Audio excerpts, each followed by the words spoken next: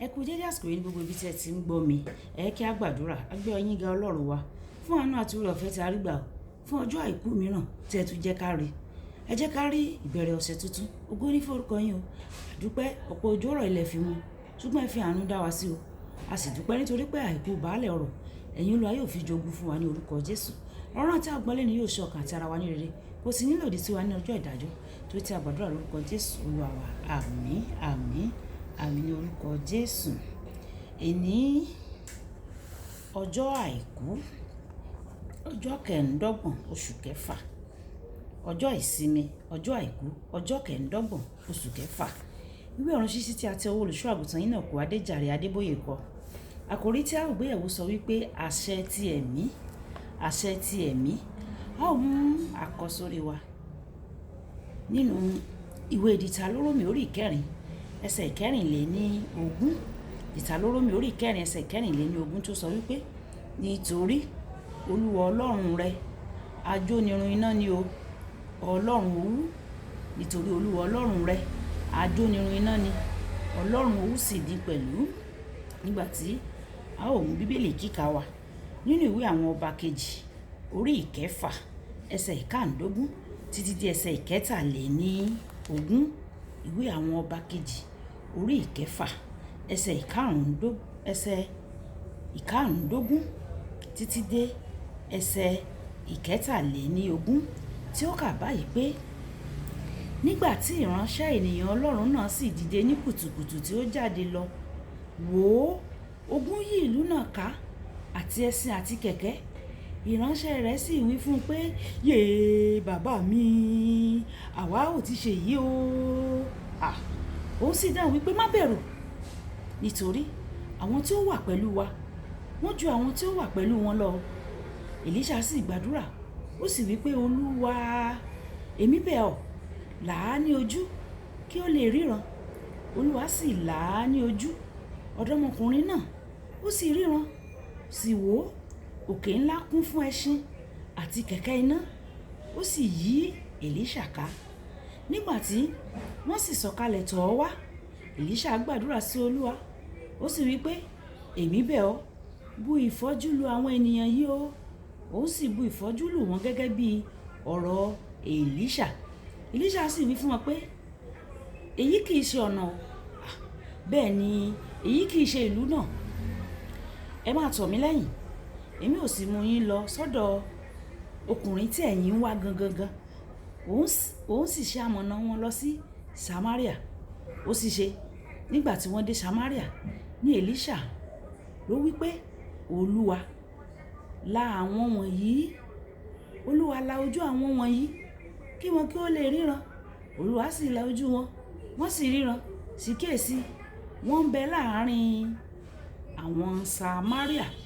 Ọba Israẹli sì wí fún Èlíṣà pé nígbà tí ó rí wọn pé, bàbá mi o, kí èmi kí ó pa wọ́n bí? Àbí kí èmi kí ó pa wọ́n bí? Ó sì dáhùn, ìwọ kò gbọdọ̀ pa wọ́n. Ìwọ jẹ́ pa àwọn tí ìwọ fi idà rẹ àti ọrùn rẹ kó ní ìgbèkùn bí? Gbé oúnjẹ àti omi kalẹ̀ níwájú wọn, kí wọn kí ó jẹ, kí wọn kí ó sì mu, kí wọn kí ó sì tọ̀ olúwa wọn lọ. Òun sì pèsè ọ̀pọ̀lọpọ̀ oúnjẹ fún wọn. Nígbà tí wọ́n sì jẹ, tí wọ́n sì mu tán, ó rán wọn lọ, wọ́n sì lọ tọ̀ olúwa wọn lọ.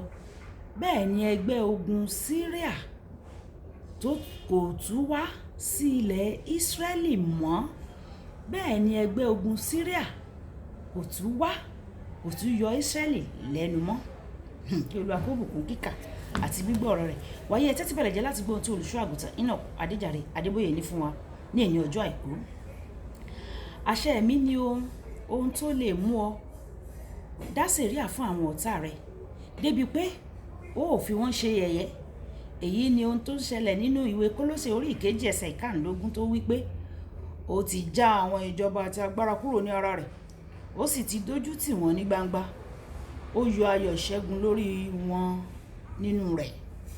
Ìwé àwọn ọba kejì orí ìkẹfà ẹsẹ̀ ìkẹjọ títí dé ẹsẹ̀ ogún sọ wípé ọba kan rí Èlíṣà gẹ́gẹ́ bí ẹni tó ń halẹ̀, ó sì ní kí àpapọ̀ àwọn ọmọ ogun lọ gbé e wá. Èyí kò ṣeé ṣe nítorí Èlíṣà fi àjùlọ nínú ẹ̀mí hàn. Ó fi hàn nítorí ó mú gbogbo àwọn ọmọ ogun yìí sílẹ̀ nígbà tí wọ́n dé ọ̀dọ̀ rẹ̀. Àfi bíi pé èyí kò tó, ó tún darí wọn gẹ́gẹ́ bí ìgbèkùn lọ sí agbègbè àwọn ọ̀tá wọn. Nígbà tí Ọlọ́run bá rí ọkùnrin tàbí obìnrin tó tẹra mọ́ ìgbé ayé ìwà mímọ́, ó máa ń lo irú ẹni bẹ́ẹ̀ láti dojú ti ọ̀tá ní gbangba, tí yóò sì mú àwọn tó wà láti tí yóò sì mú àwọn tó wá láti mú un ní ìgbèkùn. Tí o bá súnmọ́ Ọlọ́run dáradára, o kò ní láti gbàdúrà fún àwọn ọ̀tá rẹ láti parun o. Nítorí Bíbélì sọ nínú ìwé Dáfídì orí 23 ẹsẹ̀ 5 pé, ìwọ tẹ́ tábìlì oúnjẹ sílẹ̀ ní iwájú mi, ìwọ dà òróró sí mi ní orí, aago mi sì kún àkúnwọ́ sílẹ̀.